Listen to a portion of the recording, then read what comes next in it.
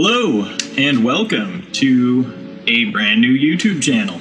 Some of you may know me from my other channel, Ill-Advised Records, where I put out dark lo-fi hip-hop music under the name Dated, and I'm sure many of you will have come from that channel. And to anybody who's new around here, hi, my name is Chris, and this is my horror manga channel. On this channel, I'm going to be reviewing a number of horror manga works that have been put out by various authors, as well as talking about collecting horror manga, my horror manga collection in general, and all that good stuff. So I hope you have a good time here, and without wasting too much time, let's get into today's topic. Today, what I'm going to be doing is reviewing this fantastic little book by Junji Ito called Lovesickness, or as it was called in the Japanese version, The Lovesick Dead, which, to be honest, I liked that name a lot more, but I guess I get why they changed it. This sounds a little simpler. But this is a new hardcover publication by Viz Media. They've been absolutely killing it, translating all kinds of Junji Ito work, and they've been doing a really, really good job of it. And I'm sure this is far from the last book to come. This is a book that I've been waiting for a while. I've actually said numerous times on various Reddit posts and things like that this was the book that I wanted them to translate the most. And I'll get a little bit into that later as to why I wanted this one translated specifically. But before I go into that, I'll just tell you a little bit about this book. So, without spoiling the story, to give you a brief synopsis, this is about a strange, foggy town, and a boy named Ryusuke, who grew up there, returns to his hometown, only to find out that it's kind of as strange as it always was, and people go out on foggy nights and play a game where they essentially have their love life woes sorted out for them by asking strangers if so-and-so is going to want to date them, or how their love life is going to be, and then based on the responses that these strangers give to them, that's what ends up happening in their life, and they believe in this sort of superstition. However, this character on the cover, named the Intersection Pretty Boy, gives bad news to people, and it causes all sorts of unfortunate things to happen to them. And that's the gist of the story. It goes in plenty of places beyond that, but that's mainly what's going on in this. In addition to that story, there are also a couple of short stories that have been collected in this volume as well.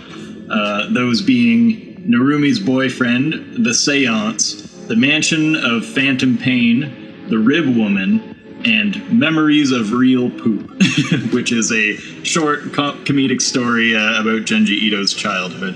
But these are some really good short stories, especially Rib's Woman is a bit of a classic. So even just beyond the title story that's in here, these books are always good to pick up because they really are like an anthology series. Even if you don't like one or two stories in it, you're going to find something you like. So with that said, I'm going to talk a little bit about what I think of this book and sort of where it fits in Junji Ito's body of work.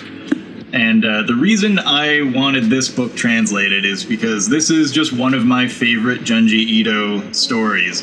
I would say probably in my top 5, probably not in this order, would be Uzumaki, Tomie, the Oshikiri stories, and Lovesick Dead or Lovesickness. I'm not sure what would go into the number 5 slot, but there are plenty contending for that space. But this is one of my top ones, and that's because I think what Junji Ito really excels at is coming up with these sort of atmospheric, location-based horror stories. And this is something that you see in his stories like Oshikiri and Uzumaki. His more popular pieces are usually where he starts out with some weird town or some weird place or a weird house or just some space that has some kind of theme to it. In this case, it's a foggy town where everyone's playing this weird game. In Uzumaki, it's all about a town cursed by spirals. Oshikiri, it's all about his weird mansion that can time travel and all this weird stuff. And that is where I think Junji Ito is the strongest. I think his weakest stories, honestly, are like his science fiction stories like Hellstar Rumina and Black Paradox, where he tries to weave this crazy narrative with like some political commentary and sci-fi stuff going on, and his characters usually are not very well developed in those stories, and they're usually not characters that can really carry a big story. I find the star of Junji Ito's stories to be both the monsters and the locations. And the stories where it just focuses on those things and the main characters are really there to be your stand-in, to take you along this theme park ride through these insane situations. Those are his best stories, and this is one of those stories. It's extremely atmospheric. The town is illustrated. It's in like a beautiful way. It's all this foggy, very obscured, really intense, detailed line art of just streets that are billowing with this smoky, thick fog. It makes everything take on this surreal, ethereal sort of vibe. And I'm all about that. I love that. And that is one of the reasons I love this so much. And on top of that, the story goes into some pretty weird, crazy places. There's lots of really good, gruesome sort of jump scare panels where it's just the full page art of some horrifying thing, and I think this has some of his best panels in that sense, and yeah, it's just a really good book for that reason. Who I would recommend this to would be anybody who liked Uzumaki. If you liked Uzumaki and you want to keep reading stories that are like that, I would recommend this, honestly, as probably the next closest thing to that in terms of theme and style. This is also from what I consider to be around Junji Ito's golden period of creating work, when he was still doing things by hand instead of all the digital stuff that he does now, but he had been doing horror manga for a while, and so his skills had really developed. It's very much like Uzumaki, those later chapters of Tomie, things like that. It's just really fantastic art in this book.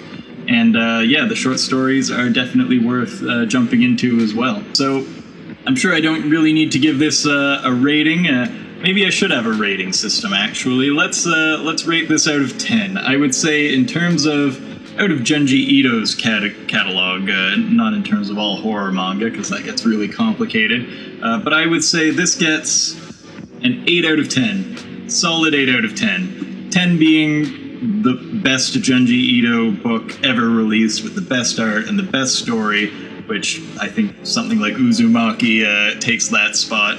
This is a very strong 8. So highly recommend this book, and yeah, I hope you guys have enjoyed this review. Let me know if you like this kind of format. I intend to review a whole bunch of other horror manga, both works I like and works I don't like. I'll try to keep up with some of the newer stuff coming out, but I'm going to go way back and review even some things that you probably don't even know exist.